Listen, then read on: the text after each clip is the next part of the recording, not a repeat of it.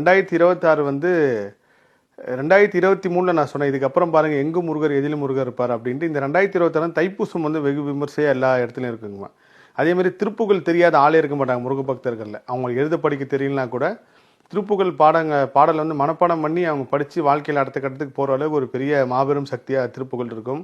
அதே சமயத்தில் எப்பயுமே முருகர்னாலே அது எல்லா இடத்துலையும் ஒரு பேசு பொருளாக இருக்கும். அது நல்லதாவோ இல்லை வந்து சர்ச்சைக்குரிய வகையிலோ எந்த இடத்துலையுமே அது இப்பயும் தொடர்ந்து வந்துக்கிட்டு தான் இருக்குது.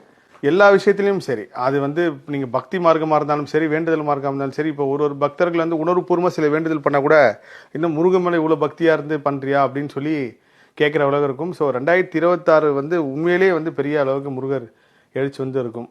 இதில் வந்து நிறைய பேர் சொல்லுவாங்க முருகர் வச்சு வியாபாரம் பண்ணுறாங்க, முருகர் பக்தியை வச்சு இப்படி பண்ணோன்னா சொல்லிட்டே தான் இருப்பாங்க. அது தனி பார்ட்டு. அது வந்து இறைவன் யார் யார் என்ன கூட முடிவு பண்ணியிருக்காரோ அப்படி தான் நடக்கும். ஒருத்தர் கடவுள் பொருளை வச்சு தான் விற்று சம்பாரிச்சு அவர் சாப்பிடணும்னு விதி இருந்தாலும் அதான் நடக்கும். இப்போ நான் வந்து எந்த இடத்துலையுமே அந்த கமர்ஷியலாக போயிடக்கூடாதுன்னு ரொம்ப கவனமாக இருக்குங்க. நான் வந்து என்ன முருகர் பற்றி பேச ஆரம்பிச்சதுக்கப்புறம் நிறைய முருகர் சார்ந்த விஷயங்கள் வந்தப்போ நான் உடனே சொன்னேன், ஐயா என்னோட வேலை முருகர் ஆராய்ச்சியில் முருகரை பற்றி நிறைய விஷயங்கள் உலகம் ஃபுல்லாக இருக்கிற முருக பக்தர்களுக்கு சொன்னோம். தோண்டு போன முருக பக்தர்களுக்கு ஒரு வழிகாட்டியாக நம்ம இருக்கணும். வழிகாட்டின்றதை தாண்டி நம்ம முருகனை கும்பிட்டு ஒன்றுமே நடக்கலையே, கும்பிட்டு பிரச்சனை தானே. ஏன்னா இப்போ நம்ம பேச போகிற விஷயங்கள் கூட கிருபானந்தவாரியார் சம்மந்தமாக பேசும்போது கூட அதோட தொடர்ச்சி வந்து ரொம்ப கனெக்டாக இருக்கும். அப்படிப்பட்ட முருக பக்தர்களை தவிர எந்த இடத்துலையுமே வந்து நம்ம முருகர் பேரை வச்சு எங்கேயுமே கமர்ஷியலாக போயிடக்கூடாது. எனக்கு டே ஒன்லேருந்தே இப்போ நான் வந்து பொருளாதார ரீதியாகவும் நல்ல நிலைமையில தான் இருக்கேன்.